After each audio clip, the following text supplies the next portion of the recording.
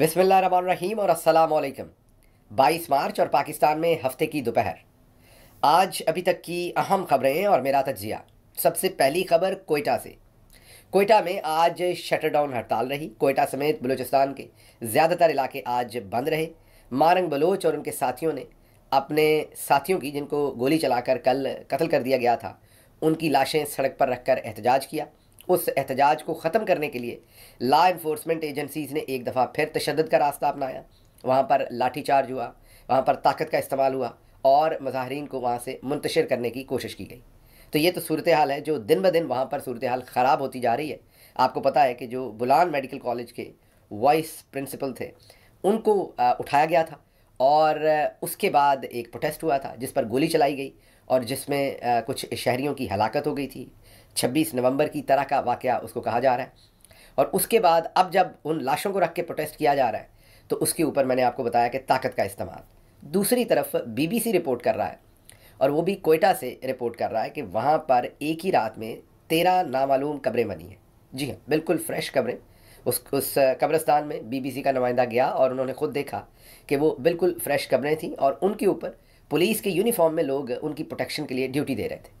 जो वहाँ गोरकन था उसने कहा कि आज जब मैं आया हूँ तो ये फ्रेश कब्रें हैं, इससे पहले ये कब्रें यहाँ नहीं थीं और मैं इन पर मिट्टी डाल रहा हूँ क्योंकि मुझे कहा गया है कि इन पर मिट्टी डाल दें, क्योंकि वो कब्रें जल्दबाजी में बनी थी, उन पर मुनासिब तरीके से मिट्टी भी नहीं डाली गई थी।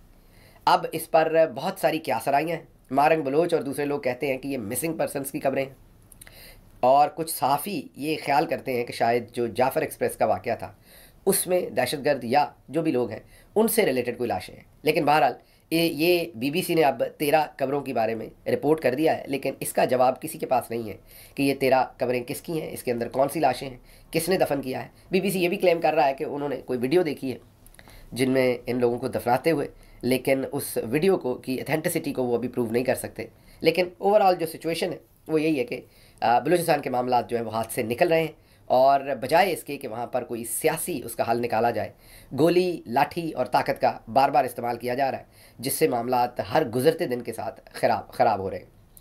अगली खबर भी बलूचिस्तान से ही है और वो ये है कि ट्रेन सर्विस जाफ़र एक्सप्रेस को अभी तो 2 हफ्ते के करीब होने वाले हैं। आपको पता है जो सानहा हुआ था, 440 अफराद को यरगमाल बना लिया गया था, पूरी ट्रेन को यरगमाल बना लिया गया था।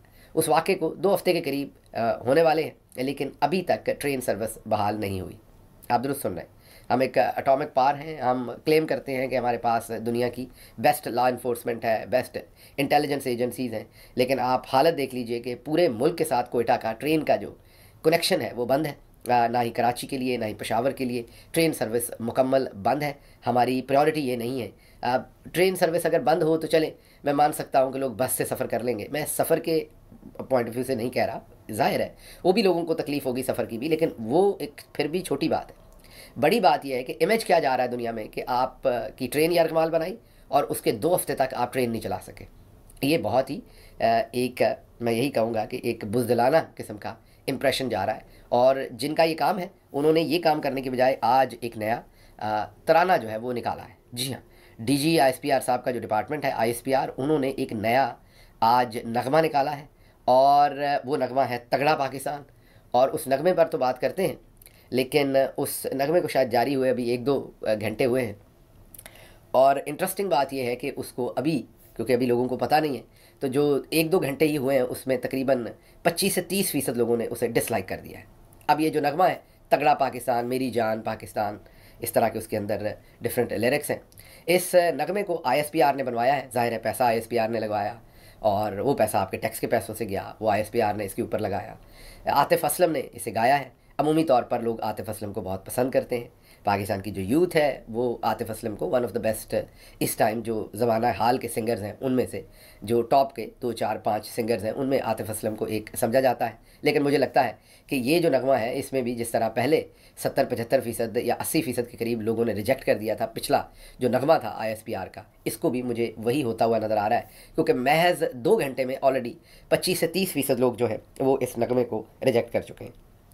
अच्छा, अब अगर इस नगमे को हम देखें गौर से तो ये भी बड़ा इंटरेस्टिंग है। एक तो ऊपर आईएसपीआर की छाप लगी हुई है, मतलब कि ये जो नगमा है ये जब चल रहा है तो ऊपर एक साइड के ऊपर आईएसपीआर लिखा हुआ है, लेकिन इस पूरे नगमे को अगर देखें तो इसके अंदर कहीं भी फ़ौज से रिलेटेड कोई चीज़ नहीं है। ना पूरे नगमे में कहीं यूनिफॉर्म नज़र आता है, ना पूरे नगमे में कहीं फ़ौज जो है वो अपने पेशा वराना काम करते हुए नज़र आती है।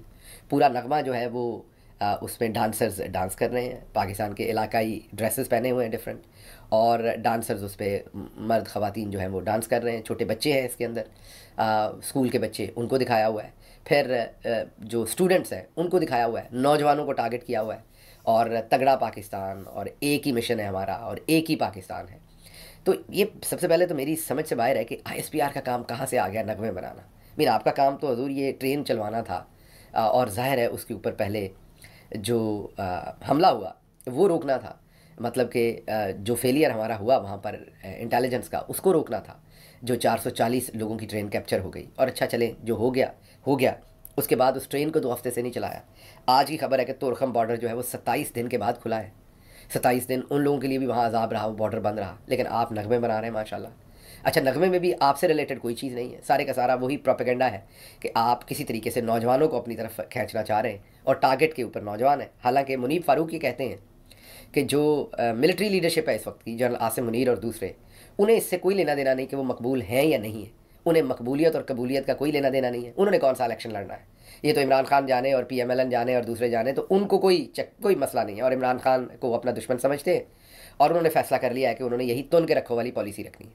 लेकिन ये जो नगमे हैं ये चीख चीख कर कह रहे हैं कि नहीं, बहुत मसला है, मकबूलियत का बहुत मसला है, और ये मकबूलियत के लिए ये चारों जो तरफ से, अतराफ़ से जो है वो कोशिश की जा रही है। ये जो नगमा है, मैंने जैसे आपको कहा है कि इसमें सब कुछ है, लेकिन इसमें कहीं पर भी इस नगमे में फ़ौज से रिलेटेड कोई चीज़ नहीं है। मतलब अगर ISPR इस नगमे को बनवा रहा है, फ़ंड कर रहा है, पैसे लगा रहा है, तो ISPR से रिलेटेड कुछ होना चाहिए ना। क्या ISPR का काम ये है कि वो डांस करते हुए लोगों को दिखाएं, और एक ओवरऑल जो कल्चरल टाइप नगमा है। मैं ये नहीं कह रहा नगमे बनाना बुरा काम है, लेकिन वो आपका काम नहीं हो, किसी और को करने दें। अब आपने काश्तकारी भी करनी है, आपने उसके साथ साथ नहरें भी नहीं निकालनी है, आपने हुकूमतें भी चलानी है, हुकूमतें गिरानी भी हैं, आपने सारी चीज़ें बाकी भी बनानी है, अब नगमे भी आपने बनाने हैं, तो फिर काम तो हो गया नगमे बनाने वालों का, मतलब उन बेचारों के काम पर भी आपने कब्जा कर लेना है। तो ये मेरी समझ से तो बाहर है, लेकिन मुझे लगता है कि इसमें आतिफ असलम जो है उसका भी इस दफ़ा पटड़ा निकल जाएगा।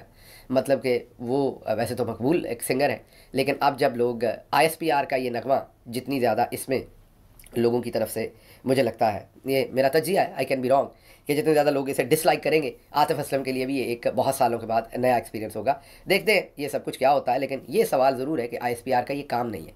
क्यों बनाते हैं ये नगमे, ड्रामे, फिल्में? ये आपका काम नहीं है। आपको प्रोपेगेंडा मशीन थोड़ी है।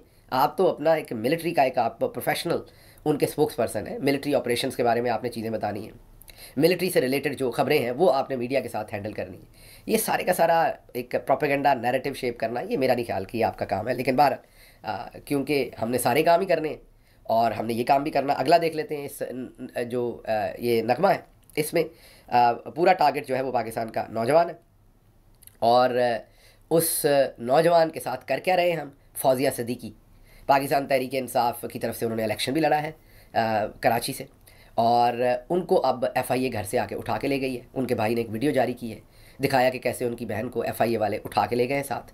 और उसका कसूर क्या था कि उसने जनरल आसिम मुनीर साहब को कहा कि आप अपने साथियों के ज़रिए मुल्क को लूटने की वारदात को पकड़ा है। इस रिपोर्ट को मुकम्मल तफसीलात देखें। अहमद नूरानी की जो रिपोर्ट है उसके ऊपर उन्होंने ट्वीट किया था।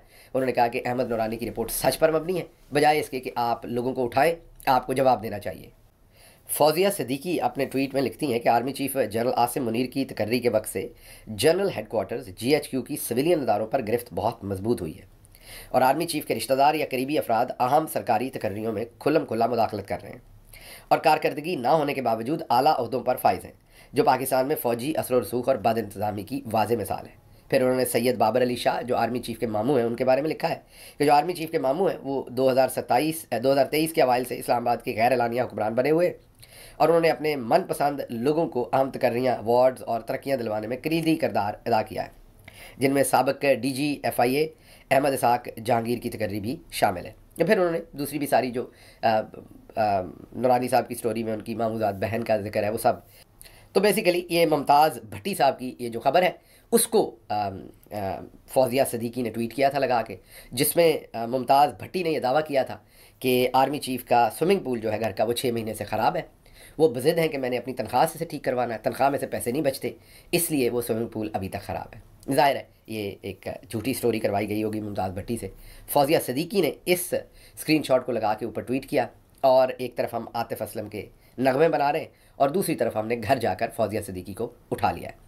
तो ये हम पाकिस्तानी नौजवान के साथ कर रहे हैं, और फिर हम चाहते हैं कि नौजवान जो है वो बस नगमा शगमा सुन के आतिफ असलम का हमारे साथ आ जाए, और आतिफ असलम नगमे में गाकर बताए कि एक ही मिशन है, सब इकट्ठे हैं, नौजवानों का ही पाकिस्तान है। लेकिन नौजवान अगर अपनी मर्ज़ी से सोशल मीडिया पर कुछ लिख दें तो हमने उन्हें उठाकर उन पर तशद्दुद करना है। अब समझ से बाहर है कि नौजवानों को ये बेवकूफ़ समझते हैं या ख़ुद बेवकूफ़ है, ये मेरी समझ से बाहर है। बहरहाल ये काबिल मज़म्मत है जो फौजिया सिद्दीकी के साथ किया गया है। अगली खबर, बैरिस्टर गौहर बड़े खुशकिस्मत निकले हैं, क्योंकि उनके बारे में आर्मी चीफ़ ने कहा है कि बैरिस्टर गौहर बहुत अच्छे आदमी हैं, तकरीर भी अच्छी करते हैं, और मैं उनका बड़ा एहतराम करता हूँ, मैं उनकी तकरीरें सुनता हूँ।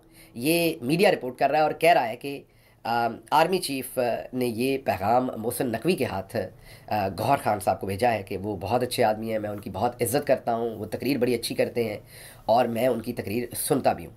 इससे पहले हमें पता चला था कि शहजाद अकबर साहब ने बताया था कि आर्मी चीफ़ कहते हैं कि मरियम नवाज़ अपने आप को कैरी बहुत अच्छा करती हैं और तकरीर बहुत अच्छी करती हैं, तो वो उनकी भी तकरीरें सुनते हैं। तो चलें, गौहर खान साहब की भी लॉटरी निकल आई है कि गौहर खान साहब, मैं तो यही कहूँगा कि बड़े खुशकिस्मत निकले हैं कि पूरी पीटीआई को तो आर्मी चीफ़ जो है वो एक आंख नहीं देख सकते, पीटीआई को तो इंतशारी टोला कहते हैं, शर पसंद कहते हैं। चलें, गौहर खान साहब खुशकिस्मत निकले हैं कि उन्हें आर्मी चीफ़ जो है वो पसंद कर रहे हैं। अच्छा जी, अंसार अब्बासी ने अगली स्टोरी की है, बड़ी इंटरेस्टिंग स्टोरी है। उन्होंने कहा है कि 3 अकाउंट्स का ताल्लुक जो है वो इमरान खान से निकल आया है, पाकिस्तान तहरीक इंसाफ के सोशल मीडिया के 3 अकाउंट्स का। अब आप गौर कीजिए, ये जो लफाफा जर्नलिस्ट हैं इनकी हालत चेक करें। अब कल को ये अगली खबर देंगे कि पाकिस्तान तहरीक इंसाफ का ताल्लुक जो है वो इमरान खान से निकल आया है। मतलब जो पीटीआई के ऑफिशियल हैंडल्स हैं वो, उनका रिलेशनशिप इमरान खान से ही होना है और किससे होना है, ये क्या खबर है। मतलब अपनी तरफ से बड़ी खबर दी है अंसार अब्बासी साहब ने कि जो 3 ऑफिशियल हैंडल्स हैं पाकिस्तान तहरीक इंसाफ के, उनमें से 2 ऑफिशियल हैंडल्स हैं और एक इमरान खान साहब का अपना ट्विटर अकाउंट है, उनका जो ताल्लुक है वो इमरान खान के साथ निकल आया है। मतलब इससे वाहियात स्टोरी नहीं हो सकती। जाहिर है वो उन्हीं से निकलना है और किससे निकलना है, लेकिन क्योंकि टेबल स्टोरीज़ करनी होती हैं, मालकान ने कहा होता है कि कुछ लिखें उल्टा सीधा, येलो जर्नलिज्म है, लफाफे हैं ये सारे के सारे, इन्होंने कुछ ना कुछ लिखना होता है, तो उसके लिए फिर कुछ ना भी बने तो फिर स्टोरी पास से बना लेनी है, खबर पास से बना लेनी। बहरहाल शर्मनाक हरकत है, मैं यही कह सकता हूँ कि इस तरह की खबरें भी ये न्यूज़पेपर्स के अंदर देते हैं। अच्छा जी, शाहिद खकान अब्बासी साहब ने कहा है कि अगर वाकई आपने अमन व अमान पे काम करना है और पूरी कौम को एक पेज पे लाके ये जो बलूचिस्तान का मसला है, खैबर पख्तूनख्वा में दहशतगर्दी का मसला है, इसको अगर सॉल्व करना है तो फिर इमरान खान को वीडियो लिंक नहीं बल्कि 3 दिन के लिए पैरोल पर रहा करें और एक कॉन्फ्रेंस करें जिसमें वो आकर बैठें और इसके ऊपर लंबी डिस्कशन हो और इस सारे मसले को हल करें। क्योंकि शाहिद खकान अब्बासी कहते हैं कि जब तक इमरान खान को ऑन बोर्ड नहीं लिया जाता ये मामला सॉल्व नहीं होगा, क्योंकि अवाम सारी इमरान खान के साथ है। अब देखते हैं जो शाहिद खकान अब्बासी हैं उनकी बात को समझा जाता है कि नहीं, लेकिन बहरहाल अगर उन्हें पैरोल पर निकाल कर लाया जाए और बैठकर बात की जाए तो जाहिर है सबसे बड़े लीडर होने के नाते वो कोई ना कोई सोल्यूशन तो दहशतगर्दी के ऊपर देंगे। लेकिन मसला तो ये है कि हमें वो सोल्यूशन चाहिए नहीं, हमें तो हर सूरत इमरान खान को कैद रखना है। अगली खबर जी पाकिस्तानी ब्यूरोक्रेट्स की है, वो बड़े मसले में फंसे हुए हैं, क्योंकि IMF ने ये डिमांड की है कि पाकिस्तानी ब्यूरोक्रेट्स के असासे पब्लिक किए जाएँ। क्योंकि सियासतदानों के तो हो जाते हैं, फिर भी ब्यूरोक्रेट्स की अच्छी मौज है कि उनके असासे किसी को पता ही नहीं होते। तो IMF कह रहा है कि इस सारे सागा के अंदर जहाँ करप्शन होती है, सियासतदान करते हैं तो साथ ब्यूरोक्रेट भी करता है, तो ये बहुत सारा पैसा बनाते हैं और इनके असासे जो हैं वो पब्लिक नहीं होते, तो इनके असासे पब्लिक करें ताकि ट्रांसपेरेंसी आए, पता लगे किसके पास कितना पैसा है। ब्यूरोक्रेट्स क्योंकि सारा मामला उन्हीं के थ्रू चलना होता है, वो अब इसके ऊपर बहुत रेजिस्ट कर रहे हैं और उनका दिल यही है कि वो किसी सूरत भी असासे ना उनके पब्लिक हों और इस काम से वो बचे रहें। इस पर उन्होंने शहबाज शरीफ को भी, पूरी गवर्नमेंट को भी, पूरी ब्यूरोक्रेसी ने मिलकर उनकी रिक्वेस्ट की कि जी हमारे असासे ना पब्लिक करवाएं। पूरी कोशिश की गई, IMF से बार बार गुजारिश की गई, फ़िलहाल तक IMF जो है उसने रिजेक्ट कर दिया ये आइडिया। अच्छा, ये पहली दफ़ा नहीं है, ये हमारे ज़माने में भी IMF का ये डिमांड थी और तब भी होने चाहिए थे, लेकिन तब भी ब्यूरोक्रेट्स जो हैं वो बच गए थे। अभी भी मौजूदा हुकूमत को भी उन्होंने इसी चक्कर में लगा लिया है कि आपने IMF का जो है वो IMF को की ये शर्त नहीं माननी कि हमारे असासे जो हैं वो पब्लिक होने चाहिए। अब आप इससे समझ सकते हैं कि अगर किसी ने ईमानदारी से ज़िंदगी गुजारी तो उसको क्या लेना देना इससे कि उसके असासे पब्लिक हों या ना हो। लेकिन क्योंकि माल बनाया इतना जाता है कि फिर उस माल को छुपाने के लिए हमें हर सूरत अपने असासाजात जो है उन्हें प्राइवेट रखना है, छुपा के रखना है। देखते हैं इस बार ब्यूरोक्रेसी जो है जीतती है या IMF जीतता है, हुकूमत क्या रोल प्ले करती है। फ़िलहाल तक तो ब्यूरोक्रेट्स तैयार नहीं है अपने असासे पब्लिक करने को। मुझे यहाँ से इजाज़त दीजिए। अल्लाह आपका हामी नासिर हो। पाकिस्तान जिंदाबाद।